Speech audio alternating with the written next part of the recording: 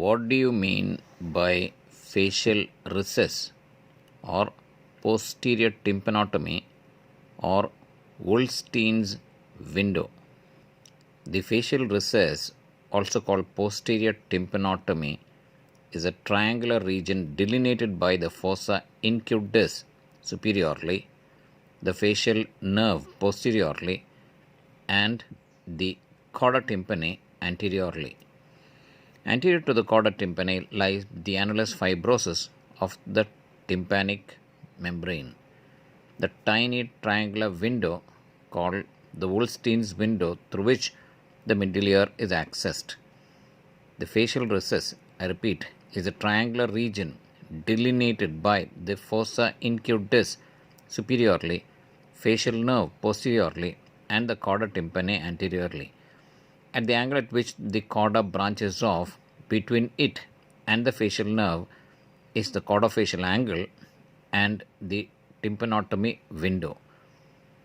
Let us have a look as to how the tympanotomy window is created from an inside out technique.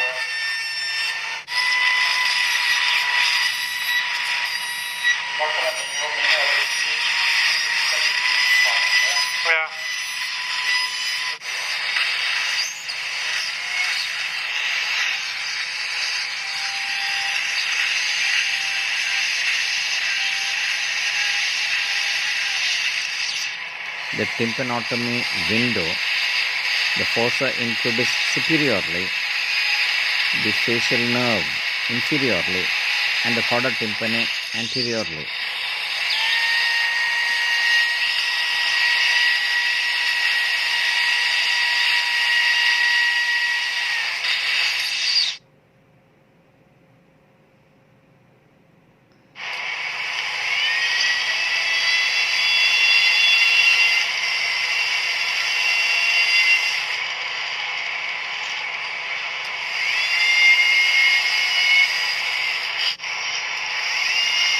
The incus, the lenticular process of incus, and the stapes.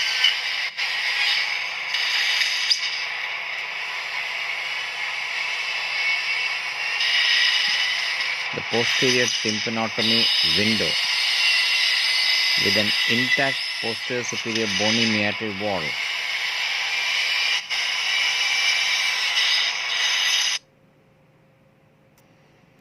This is the facial recess or the posterior tympanotomy.